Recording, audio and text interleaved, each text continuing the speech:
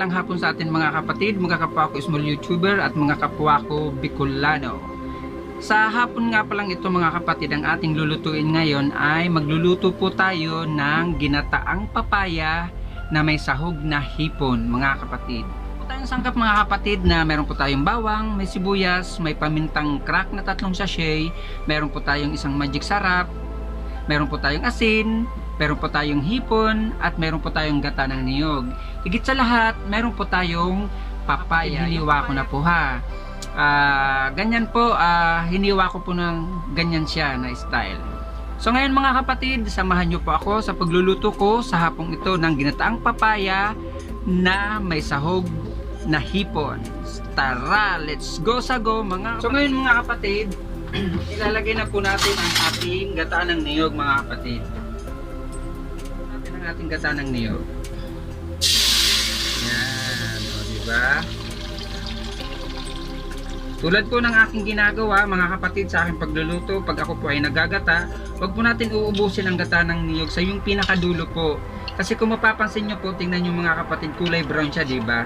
Kasi bao po yan ng niyog na pag nagpapagayod po tayo, yan po ang lalabas. Kaya yung pinakadulong-dulo po mga kapatid, wag natin isasabay yung sa gata ng niyog ha. Kasi yun po ay bao ng niyog. Halo-haloy lang po natin mga kapatid ang ating gata ng niyog. Ayusin natin kawali, medyo tagilid. Ganun po kasi mga kapatid sa amin sa probinsya. Man pong gugulayin po namin mga kapatid, bago po namin ilagay ang aming, halimbawa bago po namin ilagay yung mga gulay or kung ano man po, hinahalo-halo po namin mga kapatid or pinakukulo-kulo muna po namin. Kumbaga pinalalabas-labas po natin ang langis ng niyog. Baga pinalalangis-langis natin ang ating gata. Kaya pakulo-kuloy lang po na natin mga kapatid ang ating gata ng niyog bago po natin ilagay ang ating mga rekado, ang ating papaya at ang ating hipon. Kasi totally po mga kapatid, madali lang naman maluto po ang papaya at ang hipon. Kaya pakuloy lang muna po natin mga saglit bago po natin ilagay ang ating mga. So ito na nga mga kapatid. Nakulo na po ang ating gata ng niyog at tayo po ay maglalagay na ng ating mga sangkap. Salangon na natin sinain. Ilalagay na po natin mga kapatid ang ating mga sangkap. Lagyan na natin ang ating bawang, ang ating sibuyas mga kapatid. Tapos ilagay na po natin ang ating sachet ng paminta mga kapatid. Ilagay na po natin 3 sachet po ng paminta. Wala po kasing sili mga kapatid, kaya ito paminta po ang atin ilalagay.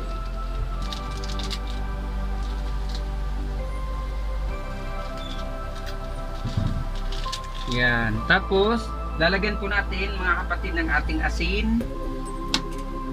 Tansyahin lang po natin mga kapatid ang ating asin para kung tumabang man po, tamang-tama lang po mga kapatid. Iodizol po ang atin ilalagay mga kapatid ha. Ayan po ang aking nabili ngayon. Haluin po na natin ng konti ang ating mga linagay na rekado sa ating gata ng niyog mga kapatid. Nakulo na po siya at medyo nagmamanti-mantika na po or naglalangis-langis na. Ilalagay po natin mga kapatid ang ating isang sachet ng magic sarap. Isang sachet ng magic sarap.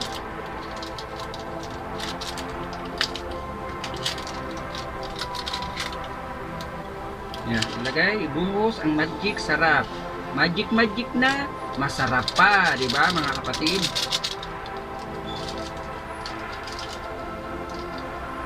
Haluin lang po natin, saglit. Makarelate lang po nito mga kapatid ng aking linuluto na ginataang papaya na may hipon ay ang mga kapwa ko probinsyano po. Katulad ko pong Bicolano, makakarelate po nito dahil mahilig po kami nga sa gata at ginagataan po talaga namin sa probinsya ang papaya mga kapatid. Ayan, isusunod na po natin ang ating hipon mga kapatid.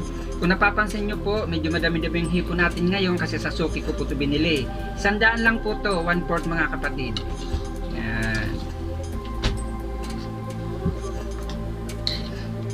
Tapos isusunod na po natin mga kapatid ang ating papaya. Pang papaya, ganyan po ang pakahiwa. Sunod na po natin. Oh.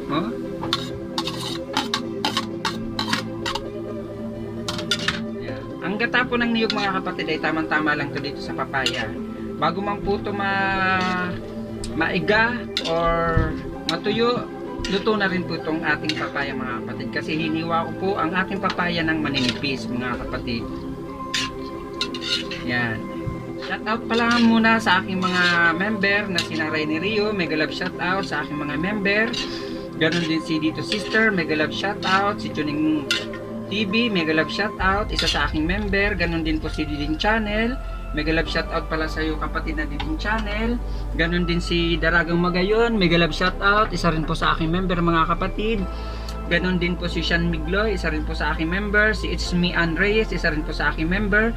Ganon din po si Amirishan 76, isa rin po isa sa aking member. At ganon din po si Budoy Explorer, isa rin po sa aking member. At lalong-lalo na po, mega love shoutout pala sa iyo, Mamila Pray. Isang mapagpalang hapon po sa iyo, Mamila Pray. Kumusta ka na po, Mamila Pray? Mega love shoutout sa iyo, sa inyo mga kapatid. So, 1 hour later. 1 minute 37 seconds later. So ngayon mga kapatid, mga kapako Bicolano, tatakpan na po natin ang ating linuluto. Hintay-hintay lang po natin medyo maluto or iga or matuyo ang ating gata at maluto ang ating papaya bago po natin siya titikman mga kapatid. So mga kapatid, ito na po ang ating finished product ng ating ginataang papaya na may sahog na hipon. Ito mga kapatid, nakikita nyo naman po, luto na po ang ating papaya at ang ating hipon at nagmamanti-mantika na po ang ating gata ng niyog. Ngayon mga kapatid, maghahain na po tayo. Mga kapatid, tapos na po ang ating ginataang papaya na may sahog na hipon. Maghahain na po tayo mga kapatid para po sa ating hapunan sa gabing ito. Ito po ang aming ulam sa gabing ito mga kapatid. Papatay na po natin ang ating apoy.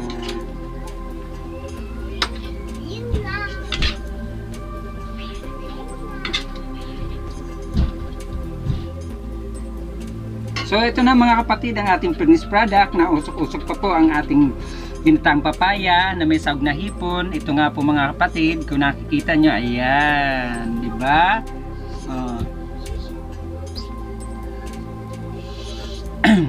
So maraming salamat mga kapatid sa hapong ito. Ito na po ang ating finished product ng ating ginataang papaya na may sahog na hipon sa hapong ito. Yan mga kapatid. Once again po mga kapatid, bye-bye po. Isang mapagpalang hapon po sa inyo lahat. At pagpalain po tayo mga kapatid sa Lunes na ito. Huwag po natin kakalimutan mga kapatid na i-subscribe ang aking YouTube channel, Ricky Uragon Vlog. Paki-like, paki-share at pakipindot na rin po ang notification bell para updated po kayo sa aking mga susunod na gagawing mga videos. Maraming salamat po mga kapatid at isang mapagpalang hapon po nga. Bye-bye! God bless you mga kapatid! Ang ating finished product ng ginataang papaya na may sahog na hipon. Yan po ang aking linuto sa gabing ito mga kapatid, kasi gabi na po rito dito sa Pilipinas. Ayan po, isa po sa mga paborito namin mga Bicolano na ulam, ginataang papaya. Once again po uli po mga kapatid, bye-bye po at God bless you mga kapatid. Bye-bye! God bless you!